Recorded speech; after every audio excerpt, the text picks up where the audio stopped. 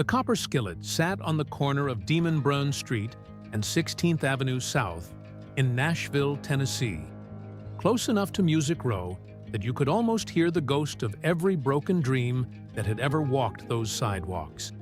It was a small place, honest in the way that only diners built before the millennium could be.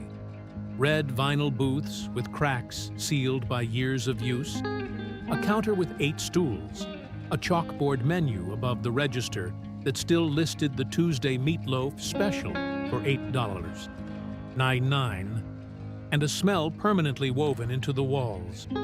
Coffee, bacon grease, and something sweet that nobody could quite identify, but everyone associated with comfort. It was a Tuesday in late October, and the night had settled cold and dry over Nashville. The kind of cold that creeps under your jacket collar and reminds you that winter isn't asking permission this year. The last customers had trickled out by 9:15, leaving behind the usual debris of a long evening: crumpled napkins, a forgotten reading glasses case in booth 3, coffee rings on the laminate tabletops, and the particular silence that only a restaurant knows after closing. A silence that hums with the memory of noise. Danny Calloway stood at the industrial sink in the back kitchen, his sleeves rolled to the elbows, both arms submerged to the forearms in hot, soapy water. He was 34 years old, with the hands of a man who had worked every day of his adult life, knuckles slightly enlarged, a small burn scar on the back of his right wrist from a fryer incident 3 years ago, calluses that no amount of lotion would ever fully soften. His hair was dark brown and needed a cut, curling slightly at the nape of his neck. He had his mother's jaw and his father's eyes, that particular shade of gray-green that looked different depending on the light. And in the fluorescent glow of the kitchen, they looked the color of a river before a storm. He was not thinking about anything in particular. That was the thing about dishwashing. It was the only part of his day that didn't require him to think. Waiting tables demanded attention, patience, the constant performance of warmth even when you were tired. But the sink was just the sink.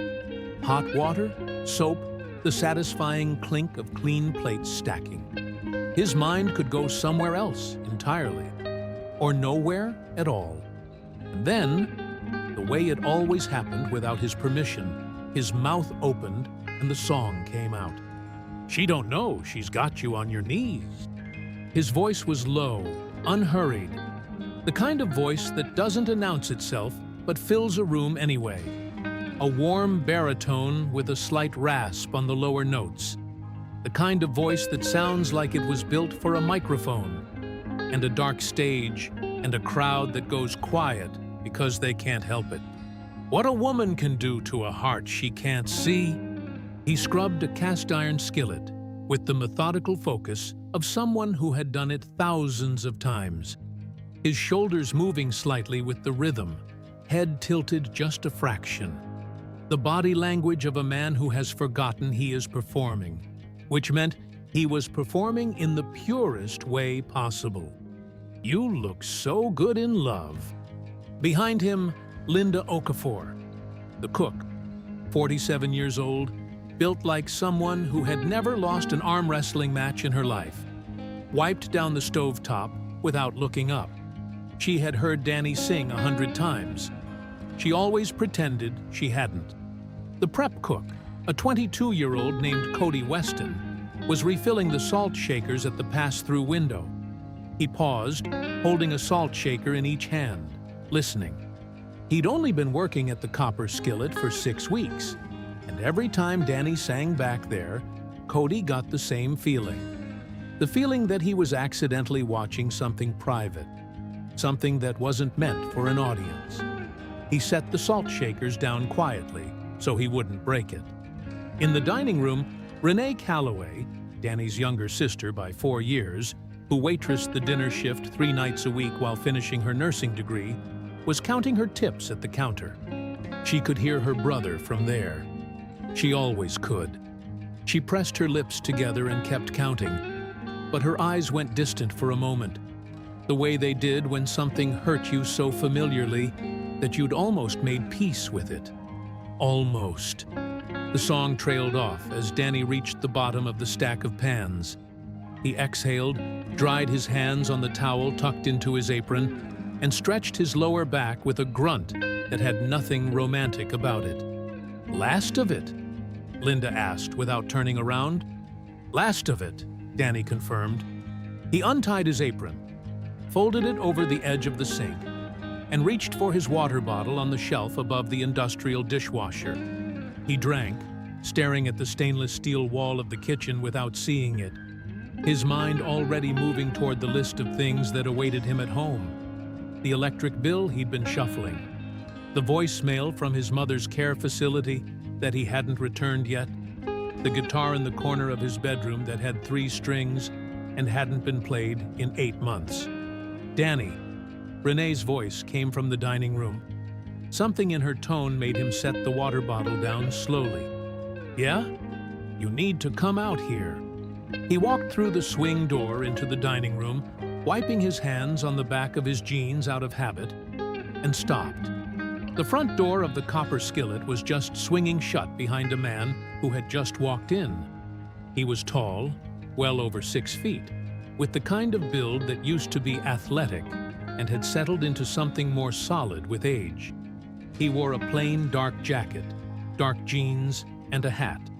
Not a performance hat, not a hat that was making a statement. Just a hat, worn low in the way of a man who would rather not be immediately recognized. But Danny recognized him. Every person in Nashville with working ears and any love of country music would have recognized him. George Strait stood just inside the doorway of the copper skillet, looking around the nearly empty diner with the unhurried patience of a man who had walked into 10,000 rooms and learned to take the measure of each one before moving. His eyes settled on Danny. Danny didn't move. Renee, standing behind the counter, had her hand pressed flat against the register as if she needed to steady herself. Cody, still visible through the pass-through window, had gone absolutely still. George Strait took a few steps toward the counter, pulled out a stool and sat down. He placed his hat on the stool beside him, smoothed his hair once with his palm, and looked at Danny with an expression that was calm and direct, and entirely without pretension. "Hope you're still open," he said. His voice was exactly what you'd expect. Low, unhurried, with the particular warmth of a man from Texas who had never tried to sound like anything other than what he was. Danny blinked. Behind him, he heard Linda push the swing door open and stop dead. He heard Cody knock something over at the pass-through window. He heard Renee make a sound that was not quite a word. And Danny Calloway, who had spent the last 11 years of his life becoming an expert at not being noticed, stood in the middle of the copper skillet on a cold Tuesday night in October and said the only thing his brain could produce, "Yes, sir, we are." George Strait ordered coffee, black, and the apple pie that Linda had been about to wrap for tomorrow. He sat at the counter with the ease of a man who had eaten in 1,000 diners and found each one preferable to wherever the industry wanted him to be that evening. Danny poured the coffee. His hand was steady. He was proud of that. "There was an event over at the Country Music Hall of Fame tonight," George said, wrapping both hands around the mug. "Private thing. Got a little crowded in there after a while." He didn't elaborate further. He didn't seem to feel the need. "Yes, sir," Danny said again. He was aware that he had now said "yes, sir" twice, and nothing of substance, but his vocabulary appeared to have temporarily relocated. George looked at him with what might have been amusement. "You work here long?" "7 years," Danny said. "That came out fine. 7 years. 4 syllables. He could do this. Good place?" Danny glanced around the copper skillet, the cracked vinyl, the chalkboard menu, the coffee rings, the hum of the refrigeration unit, Linda's apple pie emerging from the kitchen on a plate that was slightly too large for a single slice. "Best place I know," he said, and meant it completely. George Strait nodded as if that were the right answer, and took a sip of his coffee. Linda set the pie on the counter and retreated to the kitchen so fast it was almost comical. Renee had moved to the far end of the counter and was pretending to organize straws with tremendous focus. Cody had disappeared entirely from the pass-through window. Danny stood behind the counter and watched George Strait eat apple pie in silence, and thought, "Nobody is going to believe this." Then George set his fork down and looked up. "That was you singing back there," he said. It wasn't a question. Danny felt something shift in the air of the room, something atmospheric and significant, the way the pressure changes before weather arrives. "Yes, sir," he said. Third time. He really needed to expand his vocabulary. George looked at him steadily. "You were singing one of mine." "I was." "You sing like that all the time?" Danny considered lying. It would have been easy. A deflection, a self-deprecating laugh. The armor he had spent a decade perfecting. "Oh, I just mess around. Nothing serious. Just something to pass the time." He had said those words so many times they had worn smooth as river stones. But something about the directness of George Strait's gaze made the lie feel not just dishonest, but somehow disrespectful. To the man asking, and to something else that Danny couldn't immediately name. "Most nights," he said. "Back there at the sink, after closing." George Strait studied him for a long moment. "Sit down," he said. Danny Calloway had not been invited to sit at his own counter by a customer before. It was sufficiently surreal that he obeyed without thinking, pulling out the stool 2 down from George Strait and sitting on it with the slightly formal posture of a man called into a meeting he hadn't prepared for. George pushed the pie plate to one side and turned on his stool to face Danny more directly. "How old are you?" he asked. 34. "Nashville boy?" "Born and raised. Inglewood, East Side." George nodded. "You have training? Voice lessons? Anything like that?" Danny shook his head. "My dad played guitar. Taught me chords when I was 8. I played in church from 12 to 17. Sang whenever they let me. After that," he paused, the sentence trailing into the particular silence of things left unfinished. "I just kind of taught myself. Listening mostly. Records, radio, your stuff, Alan Jackson, Vince Gill. You ever tried to do anything with it?" The singing. There it was, the question that lived in the hollow of his chest, like a stone he'd learned to breathe around. Danny turned his coffee mug slowly on the counter. "I did some open mics, wrote some songs, had a couple of meetings when I was 22, 23. Nothing that went anywhere. And then things changed at home and He shrugged. The shrug was practiced. It was the shrug of a man who had made peace with something that had never fully agreed to the peace. "I needed steady work. You can't wait tables at an open mic." George was quiet for a moment, listening in the way that some people have, fully, without preparing their response, which is rarer than it sounds. "What changed at home?" he asked. Danny looked at him. In another context, from another person, the question might have felt intrusive, but there was no performance in it, no celebrity curiosity, no pity waiting in the wings, just the plain question of one man to another. "My mom," Danny said. "She was diagnosed with early-onset Parkinson's when I was 23. My dad had already passed. Car accident when I was 19. She had nobody else." He paused. "She has nobody else. She's in a care facility in Brentwood now. The good kind, which means the expensive kind." He said it without bitterness, or rather, without the kind of bitterness that needs an audience. It was simply the architecture of his life, stated plainly. George Strait nodded slowly. "Brothers? Sisters?" "One sister. Renee." Danny tilted his head toward the far end of the counter, where Renee was now attempting to look invisible while clearly hearing every word. She's in nursing school, last year. I didn't want her derailing her education too. One of us had to keep going forward. So, you stopped going forward. It wasn't an accusation, it was an observation, delivered with the gentle precision of someone who understood the difference between stopping and being stopped. Danny opened his mouth, then closed it. He looked down at his coffee. I kept going, he said finally. Just sideways, instead of forward. Across the counter, something shifted almost imperceptibly in George Strait's expression. Not pity, not sympathy in the sentimental sense. Something quieter. Recognition, perhaps, of a particular kind of human weight. You still write? He asked. Not in a while. Still play? Danny thought of the guitar with 3 strings in the corner of his bedroom. Not really. But you still sing. I can't seem to stop that one. The corner of George's mouth moved. No, he said. I don't imagine you can. Renee had given up pretending to organize straws and was now sitting in booth 1, very obviously present.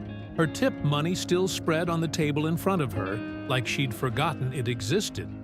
Cody had reappeared at the pass-through window, resting his chin on his folded arms with the unguarded attention of a 12-year-old watching fireworks. Linda had cracked the kitchen door 3 inches and showed no shame about it. Danny was aware of all of them. He was also aware that this was the most he had talked about his own life to anyone in a very long time. Possibly years. There was something disorienting about it, like walking into a room you'd kept locked and finding it smaller than you remembered, or larger. Can I ask you something? Danny said. Go ahead. Why are you asking me all this? George considered the question. He picked up his coffee mug, found it empty, and set it back down. Danny reached for the pot without thinking and refilled it. Muscle memory, 7 years of it. Because you were singing one of my songs at a kitchen sink at 9:30 at night, George said. And you sounded like a man who knows what a song is actually for. That's not as common as you'd think. He paused. And because I've been in this business a long time, and I've gotten reasonably good at hearing when somebody has something real. You have something real. And it seems like you've done a pretty thorough job of making sure nobody else ever hears it. The directness of it landed in Danny's chest like a hand pressing flat against a door. Not violent, but firm.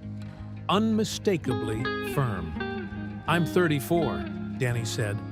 The words came out with a defensive edge he hadn't entirely intended. I know how old you are. You told me 2 minutes ago. I mean, Danny stopped. He rubbed the back of his neck. I mean, it's not exactly a starting over age. In this business, plenty of people have done more with less and started later. I have responsibilities. I heard you. My mom's facility costs. I heard you, Danny. The use of his name, the first time George had used it, stopped him mid-sentence. Danny looked at him. George Strait's expression had not changed. It was the same steady, unhurried look. The look of a man who had seen a great deal of the world and was not especially interested in pretending otherwise. I'm not telling you any of that doesn't matter, George said. I'm just asking you a question. Not the question you answered, not the one about your age or your responsibilities. The actual question. Danny waited. Do you want to sing? George said.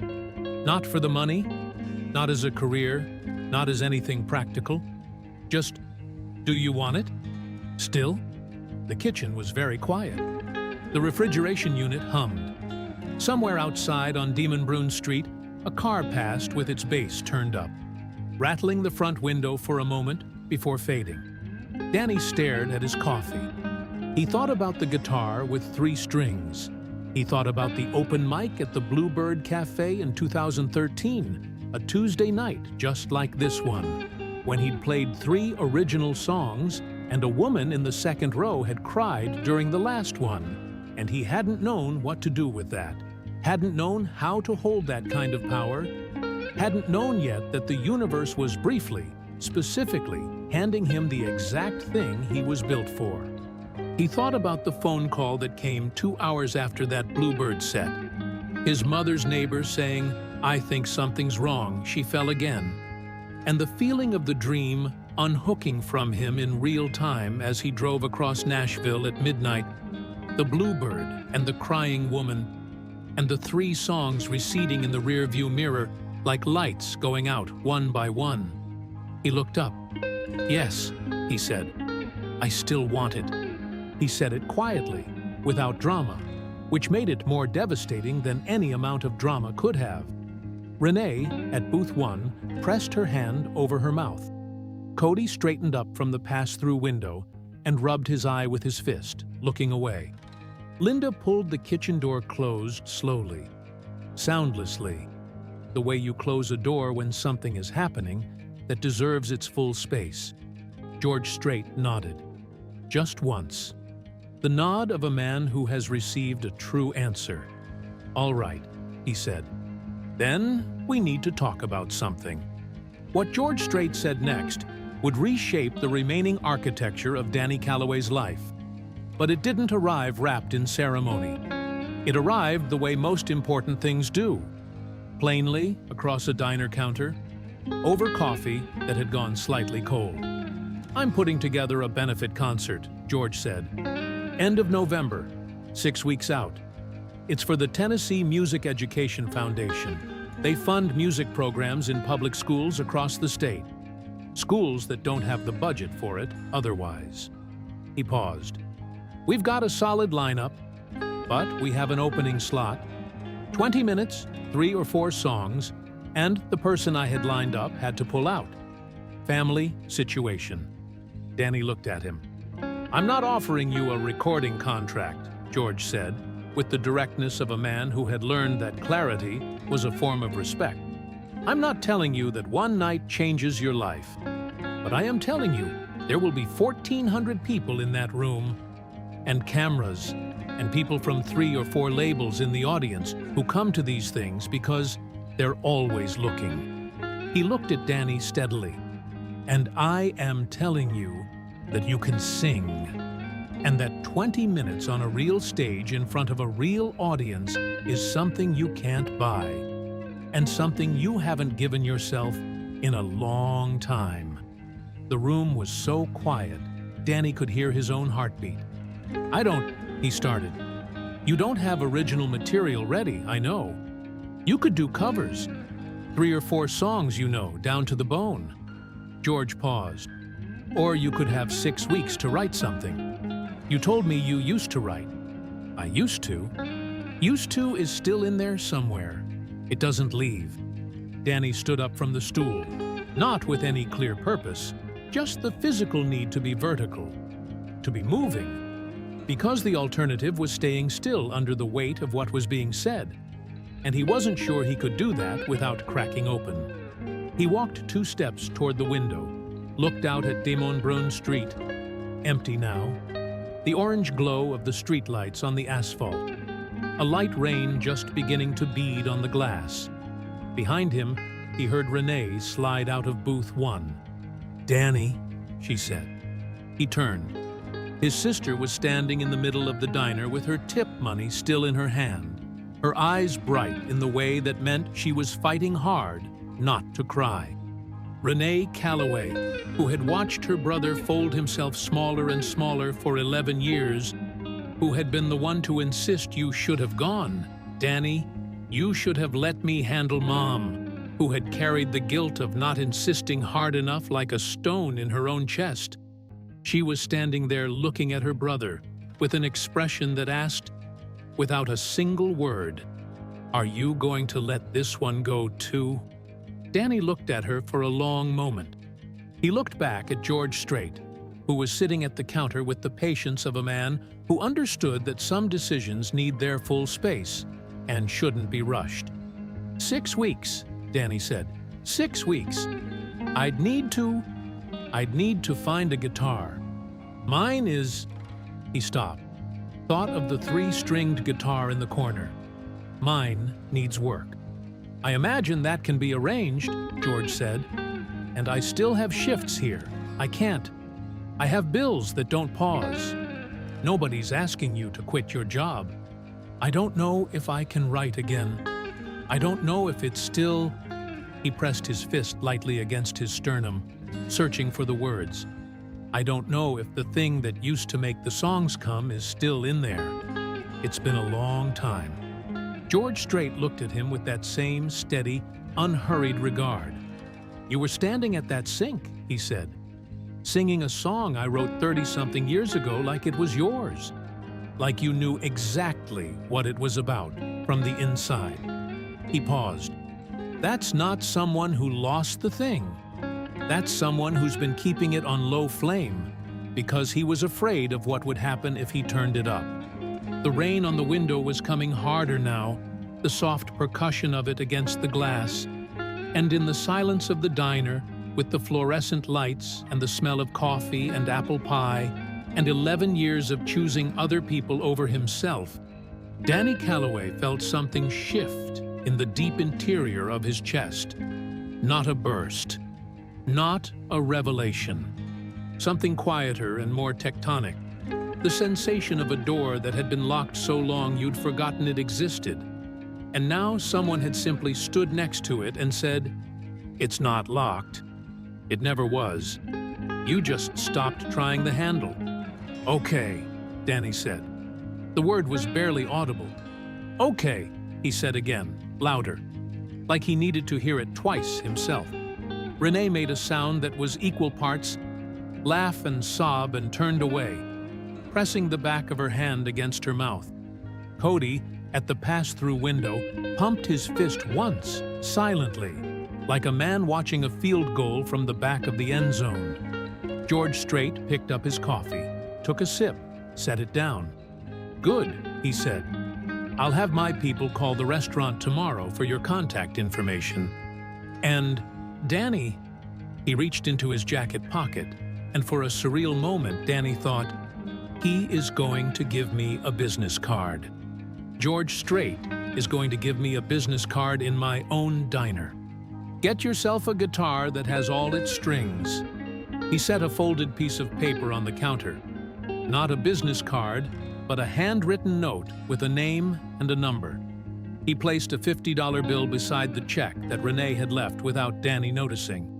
He stood, settled his hat back on his head, and looked at Danny one more time. "I heard you singing," he said simply, as if that explained everything. And then he walked out of the copper skillet, back into the cold Nashville night, and the door swung shut behind him with the ordinary, conclusive sound of a door swinging shut.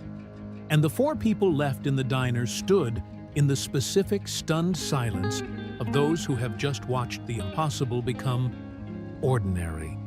It was Cody who spoke first. Did that actually?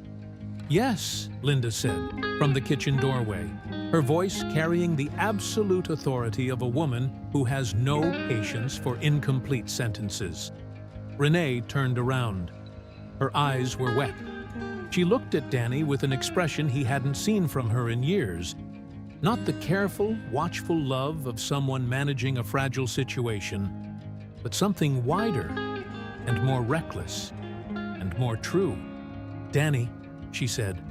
He looked at the piece of paper on the counter, at his own hands, the burn scar, the calluses, the knuckles, the hands that had washed 10,000 dishes and had once, a long time ago, pressed down the strings of a guitar and made sounds that caused strangers to cry. "I need to call Mom's facility back," he said. "Danny. And I need to pick up an extra shift this week because..." "Danny." He looked at her. "Shut up," she said, with extraordinary tenderness. "And be happy for 5 minutes." He looked at her for a long, unguarded moment. And then Danny Calloway, who had spent 11 years becoming invisible, who had sung his best self into a kitchen sink every night because there was nowhere else left for it to go, laughed.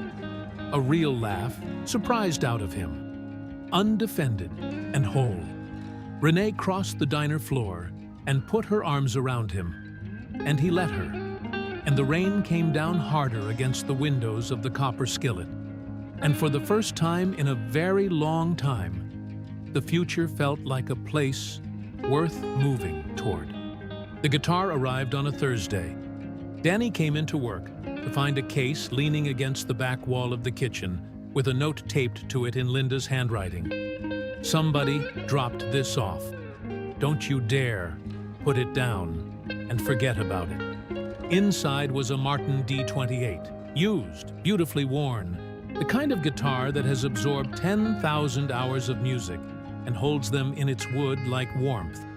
There was no note from George Strait, no explanation, just the guitar. Danny stood in the kitchen holding it for a long time. Linda appeared in the doorway. You going to play it or marry it? He played it. The first week was the hardest. He had forgotten, or forced himself to forget, how much the songs hurt on their way out. Writing was never the comfortable thing that people who didn't do it imagined it to be. It wasn't transcription, wasn't decoration. It was excavation. You had to go down into the parts of yourself that you'd covered over for practical reasons, the parts where the real material lived, and bring it back up through the surface. And after 11 years of covering, there was a lot of ground between Danny and the things he needed to reach. He sat at his kitchen table in his apartment on Meridian Street, a second-floor apartment with one bedroom, a window that looked out on the parking lot of a Walgreens, and a radiator that knocked every night after his shifts. He sat with the Martin across his lap and let his fingers find the chord shapes. Let the muscle memory of his teenage years come back in pieces. It came back imperfectly, then more surely. By the end of the first week, his fingertips had rebuilt their calluses, and the guitar felt like an extension of his hands again, the way a tool that was made for you feels when you pick it up after too long. The songs didn't come easily. He wrote lines and crossed them out. He wrote verses that were honest, but not musical, and melodies that were musical but not honest, and spent 3 nights trying to find where those two things overlap. He wrote about his father. He wrote about the Bluebird Cafe in 2013 and crossed it out because it felt self-pitying, and then uncrossed it because it was true. He wrote about his mother's hands, how she used to hold his face between them when he was small, and how those same hands shook now when she lifted a fork. That one became a song. He called it Still Your Hands. And when he played it for the first time all the way through, sitting alone in his kitchen at 1 in the morning, he had to stop after the second chorus because something that had been sealed for a very long time came unpressurized inside him. And he sat with the Martin against his chest, and his forehead bowed over the body of it, and let it happen. He was not a man who cried easily. He had not cried at the news of his mother's diagnosis. He had not cried at his father's funeral. Having learned early that someone needed to hold things together, and decided, with the particular efficiency of the firstborn, that it would be him. But the song broke something open that all those years of being held together had built up behind. And when it was done, when the pressure had passed, he felt lighter than he had in years. Lighter and more like himself than he had felt since he was 23 years old, standing on a small stage at the Bluebird Cafe, playing to strangers who became, for the length of 3 songs, exactly who he needed them to be. His manager at the Copper Skillet was a man named Dale Hutchinson, 58, a former line cook from Chattanooga who had bought the diner 12 years ago and ran it with the particular benevolent gruffness of someone who cared deeply about people and had decided that the best way to show it was to complain about them constantly. When Danny told him about the concert, Dale listened with his arms crossed and his expression set to neutral, which was how Dale listened to everything. George Strait walked into my restaurant, Dale said when Danny finished. Yes, sir. And ate my apple pie. Linda's apple pie. It's my restaurant. Her apple pie is my apple pie. Dale uncrossed his arms. And he offered you a slot at a benefit concert. Yes, sir. Dale looked at him for a long moment. You need schedule adjustments? Just the night of the concert. November 28th. Done. Dale started to walk away, then stopped. He turned back. Danny, yeah, you should have done this a long time ago. I know. I'm not saying that to make you feel bad. I'm saying it so you hear somebody say it out loud, officially. So you stop using the past as a reason not to do the present. He pointed at Danny with 2 fingers. You hear me? Yes, sir. Good. Dale walked back toward his office. And tell Linda about the apple pie situation. She'll be insufferable about this for years, and she deserves every second of it. He visited his mother on a Sunday afternoon in the 3rd week. Carol Calloway was 61 years old, white-haired now. It had gone early, within 2 years of the diagnosis, as if her body had decided to rush through certain things. And small in her chair, by the window of her room at Meadow Ridge Care Center, a place that smelled of lavender and institutional cleaner, and the particular sadness of rooms where people sit and wait for their children to come. Her hands were in her lap, trembling slightly at rest, the way they always did now. Her eyes, though, her eyes were entirely her own, dark and alert, and full of the particular intelligence of a woman who had spent her life paying close attention to the people she loved. Danny sat across from her and told her about George Strait and the concert. Carol Calloway listened without interrupting. When he finished, she was quiet for a moment. The Parkinson's had taken some of her speed of speech, made the words come more deliberately, which people sometimes mistook for confusion, which drove her absolutely crazy. I always knew, she said, that the music would find its way back to you. Mom, let me finish. Her eyes were bright with the effort of what she wanted to say. You chose me over it. You chose this. She lifted one trembling hand, indicating the room, the facility, the whole weight of the arrangement, over the thing you were born to do. And I have never... Her voice caught, the words slowing further. I have never stopped being sorry about that, or proud of you, both at the same time. Danny shook his head. You don't owe me. I'm your mother. I owe you everything, including telling you that choosing me was the right thing and the wrong thing at the same time. And that's not a contradiction. That's just what love costs sometimes. She held his gaze. But this is your turn now. This concert is your turn. And if you go up on that stage and you sing the way I know you can sing. She paused, her hands still shaking, her eyes absolutely steady. Then every dish I ever cost you was worth something. Danny looked at his mother, at her white hair and her shaking hands and her unwavering eyes, and felt the full weight of 11 years compress into the specific gravity of this moment, this room, this afternoon light through the window. He reached across and covered her hands with his. The trembling continued beneath his palms, steady and small, like a signal. I wrote a song about your hands, he said. She looked at him. It's called Still Your Hands, he said. I'm going to play it that night. Carol Calloway closed her eyes. 2 tears moved down her cheeks, slow and unhurried.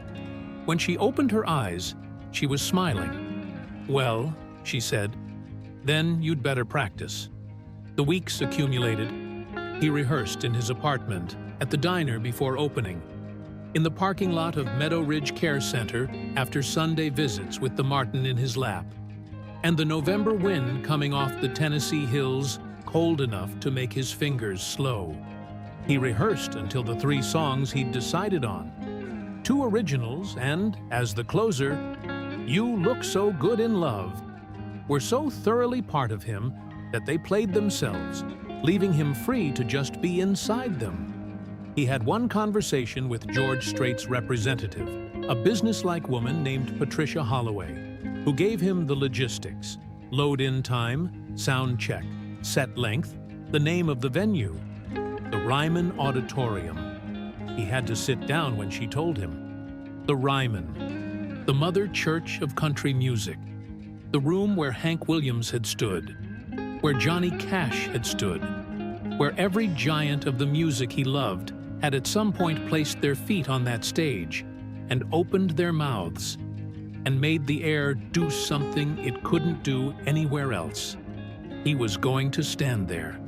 The knowledge of it sat inside him like a coal in a cold room, warm and burning slowly and holding the dark back. The night before the concert, Danny couldn't sleep. He lay on his back in the dark of his Meridian Street apartment, listening to the radiator knock and the traffic on the street below, and inventoried his fears with the methodical honesty of a man who has learned that unnamed fears are more dangerous than named ones. He was afraid of forgetting the words. He was afraid of his voice breaking, not from emotion, but from simple, humiliating mechanical failure, the way instruments sometimes fail without warning. He was afraid that the thing he felt in his kitchen at 1 in the morning, playing alone, would not travel into the physical space of the Ryman. That it was a private thing, a sink at 9:30 thing, and would be exposed as insufficient when brought into the light. He was afraid that he would stand up there and be good enough to show everyone what he'd lost, but not good enough to show everyone what remained. He stared at the ceiling for a long time. Then he sat up, reached for the Martin in its case beside the bed, and played Still Your Hands in the dark, softly, so the neighbors wouldn't hear, just the chords and the melody, and his voice barely above a whisper. He played it the whole way through. It was true. Every word of it was true. And the trueness of it was the only thing that had ever mattered, and the only armor he actually needed. He put the guitar back in its case, lay down, and slept. The Ryman Auditorium at 6 in the evening, 3 hours before the benefit concert, was a different animal from the Ryman at 9 o'clock, with 1,400 people inside it. At 6, it was cavernous and hushed, the old wooden pews gleaming under the work lights, the stained glass casting colored shapes on the floor. The stage, that stage, set with equipment and cables, and the quiet industry of roadies who moved with the focused disinterest of people who have set up stages in sacred places and have learned not to be overwhelmed by them because the work still needs doing. Danny stood in the wings and looked out at the stage. He had been in the Ryman before, of course. As an audience member, twice, standing in those pews with his neck craned and his heart full, watching other people up there. But the view from the wings was a different view entirely. From here, the stage looked like a frontier, like the edge of something, the place where one kind of life met another. Renee was there. She had rearranged her study schedule for the entire week to be here, and she stood beside him in her good jacket, her hands clasped in front of her with the suppressed energy of someone who wants to vibrate at a higher frequency than the situation currently allows. Cody was there too. He'd driven over after his shift, still faintly smelling of the diner, wearing a button-down shirt that was clearly new and slightly too large. He stood a few feet back, giving Danny space, which was more emotionally intelligent than Danny would have expected from someone who had once spent 20 minutes describing the plot of a video game in granular detail. Linda had not come. She had said, with characteristic bluntness, "I'll cry and I don't do that in public. I'll watch the video." Danny had understood. Dale Hutchinson had come. He was standing near the back of the wings with his arms crossed, and his face set to neutral. And Danny thought, that man is going to cry, and he's going to pretend he has allergies. The sound check was functional and fast. A brief run-through of the opening verse of each song to set levels. A conversation with the sound engineer. A moment on the Ryman stage that Danny Calloway tried to hold in his memory with both hands as it was happening, the way you try to hold water. At 7:30, backstage filled with the other performers, names that made Danny's sense of reality wobble slightly. People he had listened to on the radio and on records for 15 years. People who now moved past him in the corridor with the casual professionalism of those for whom backstage at the Ryman is simply where the evening begins. They nodded at him. One, a woman whose voice Danny had admired for years, touched his arm and said, "George mentioned you. Looking forward to hearing you." He had no memory of what he said in response. At 8:15, Patricia Holloway appeared with a clipboard and a focused expression. "You're up in 10, she said. "You good?" "Yes, ma'am," he said. She studied him for 1 second with the assessment of someone who has worked with performers long enough to distinguish genuine readiness from performed readiness. She nodded once, apparently satisfied, and moved on. Renee appeared at his elbow. "Hey," she said. "Hey, you know these songs." "I know. You've known them longer than you've known almost anything else. They're yours." "I know, Renee. Mom wanted me to tell you something." She took a breath. "She said to tell you, sing it like you're at the sink. She said you'd know what that meant." Danny closed his eyes for a moment. Behind his eyelids, he saw the back kitchen of the copper skillet, the industrial sink, the hot water, the stack of pans, the fluorescent light, the specific and humble freedom of singing when you think nobody is listening. Sing it like you're at the sink. He opened his eyes. "Yeah," he said. "I know what it means." The lights in the Ryman Auditorium went down, and the crowd, 1,400 people in the old wooden pews, shifted into the specific, attentive silence of an audience about to receive something. The stage lights came up warm and gold on the microphone at center stage, on the single stool, on the Martin D28 that Danny had set on its stand before the show. He walked out. The applause was polite. The applause for an unknown opener, appreciative in principle, not yet earned. He settled onto the stool, pulled the guitar across his lap, adjusted the microphone with the slightly awkward precision of a man who does not perform on stages every night, and looked out into the warm dark of the Ryman. 1,400 people, the pews that Hank Williams had played to, the stained glass behind the balcony, the smell of old wood and history and something else, something electric, something that the room itself generated, that had been generated in it for over 100 years by people standing in this same light, doing this same terrifying, necessary thing. He found the first chord. "My name is Danny Calloway," he said into the microphone. His voice was steady. He was surprised and grateful for that. "I'm a waiter and dishwasher at a diner about 6 blocks from here." He paused. "I wrote this first song about my mother's hands." The room was absolutely quiet. He began to play. "Still Your Hands" opened with 4 bars of guitar alone. A simple progression, slightly finger-picked, the kind of music that sounds uncomplicated and isn't. And then Danny opened his mouth, and the Ryman Auditorium heard him for the first time. The voice that had been aimed at a kitchen sink for 11 years, that had been spent on soapy water and clean plates, and the private communion of a man singing to no one, that voice went out into the oldest, most storied room in country music, and it filled it.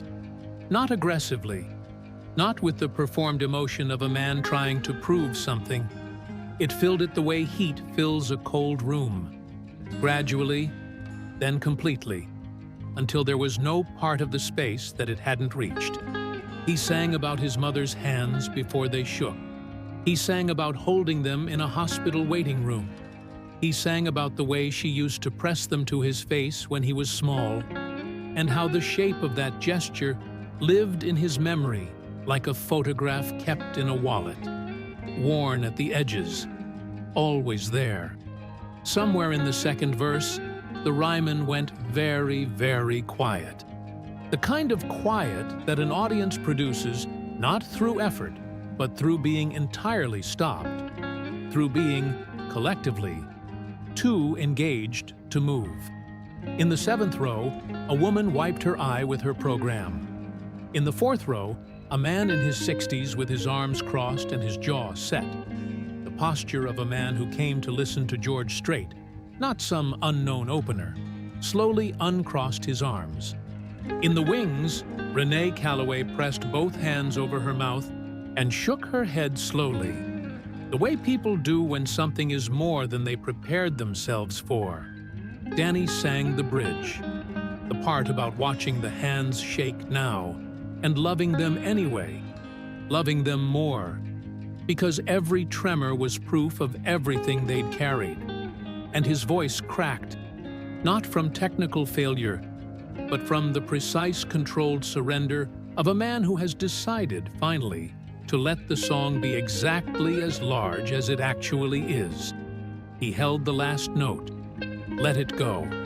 The guitar strings rang in the silence of the Ryman for 1 second, 2, 3, and then the applause came. Not polite opener applause, the other kind, the kind that erupts because people can't help it, because something has gotten past their defenses by being entirely, unguardedly real. Danny looked up from the guitar strings, blinking slightly in the stage lights. 1,400 people. He exhaled. He played the second original, a faster song, more driving, about the east side of Nashville and his father teaching him guitar in a kitchen not much bigger than the one he worked in now.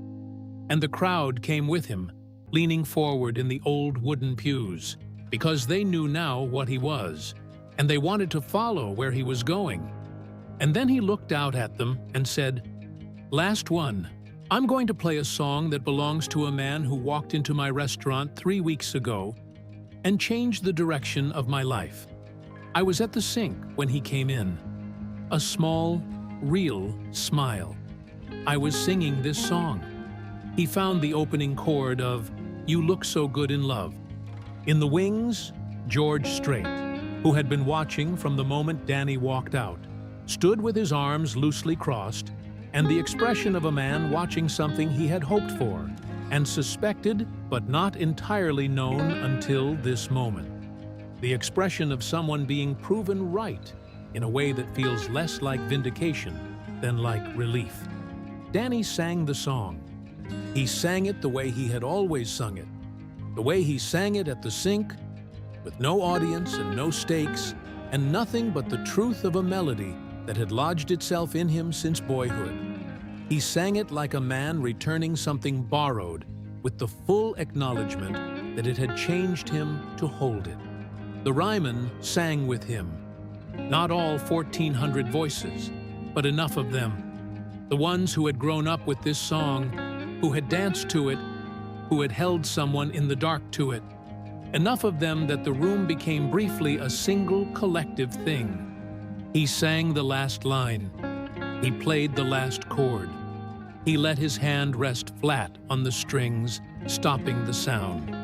And the Ryman Auditorium, the mother church of country music, the room that had held Hank and Patsy and Johnny and Loretta and Willie and every ghost of American music worth keeping, stood up. Not all of them immediately, but enough to start it. And the rest followed the way people follow when something true has happened in a room. And standing is the only adequate response. Danny Calloway sat on a stool on the stage of the Ryman with a borrowed guitar and 11 years of a sink-sized stage behind him. And he looked out at the standing crowd in the warm dark, and he felt not victory, not vindication, something quieter and more durable. He felt arrived. Backstage afterward was a controlled chaos of handshakes and faces he half recognized, and adrenaline coming off him in waves that left his hands slightly shaky and his whole body feeling both emptied and overfull. Patricia Holloway appeared with her clipboard and said, "I have 3 people who want your contact information. Label people." She said it with professional neutrality, but her eyes were doing something different. He said yes.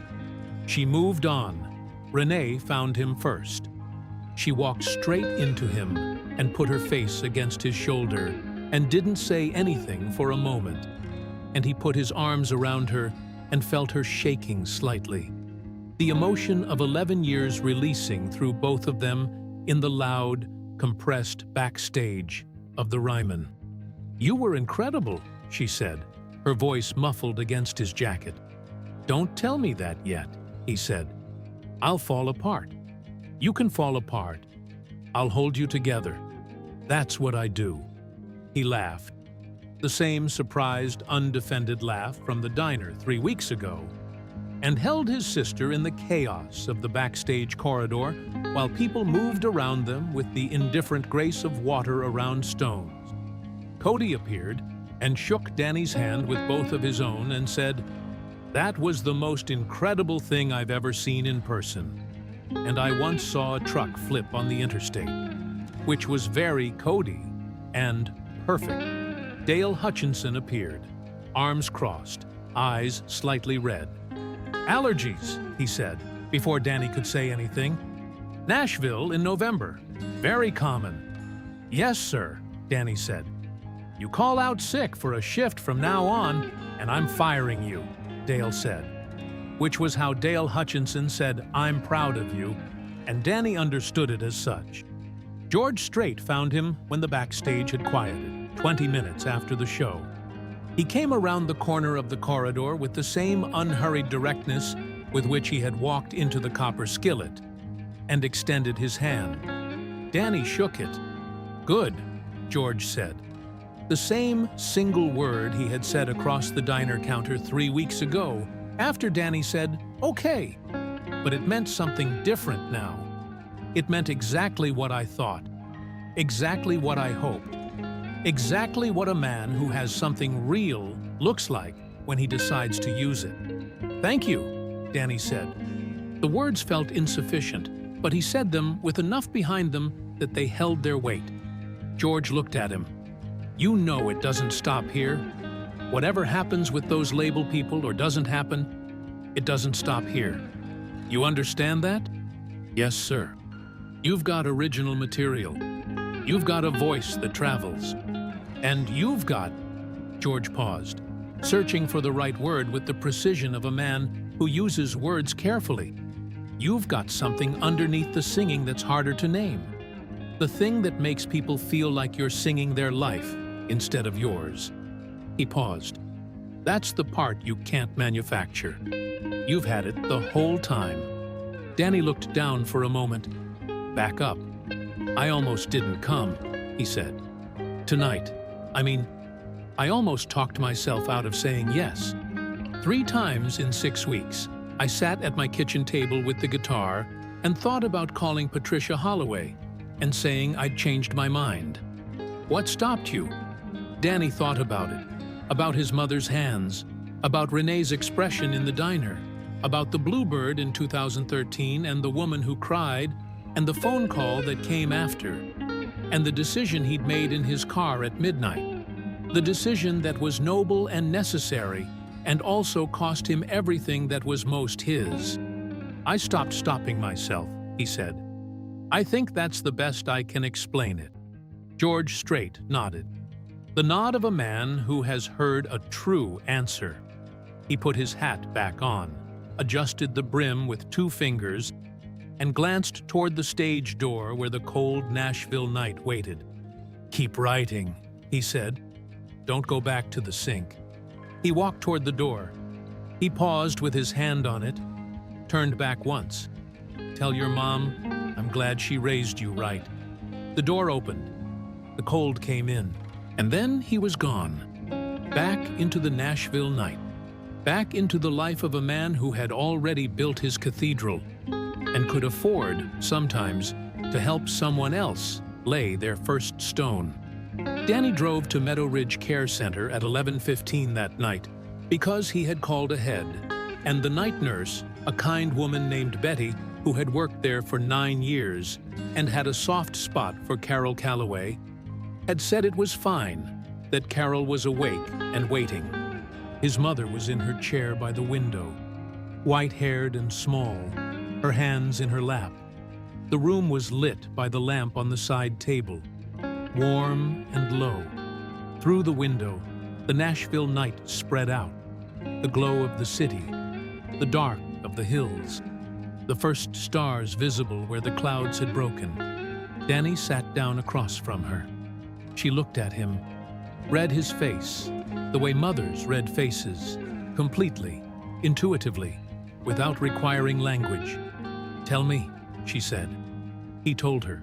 He told her about standing in the wings and looking at the stage, about the first chord, the first note, the first second of the Ryman going quiet in the way it had gone quiet. He told her about the standing ovation, and about Renee crying into his shoulder, and about George Strait's hand and his last words. He told her about the label people who wanted his contact information, about Patricia Holloway's neutral expression doing something different. His mother listened with her hands in her lap, shaking slightly, steady. When he finished, she was quiet for a long moment. Then she lifted her hands, trembling, white-knuckled slightly with the effort of intention over tremor, and reached forward and pressed them to his face. Both palms, the way she had done when he was small, warm and shaking and absolutely, unmistakably hers. Danny closed his eyes. "Still your hands," he thought. "Still exactly your hands." "There he is," his mother said softly. "There's my boy." He stayed until midnight. He drove home through the empty Nashville streets with the Martin in its case in the back seat, and the heat on full, and a country song coming through the radio. Something old, something that knew what it was and meant every word. He didn't sing along. He just listened and let the music be what it was. Proof, if you needed it, that the things you are built for have a way of waiting. Not forever, not past all reason, but longer than despair tells you. Long enough, if you're lucky, and you finally try the handle, to find the door still open. The lights of Nashville moved past the windows. Danny Calloway drove home, and tomorrow he would go back to the diner. But he would also write.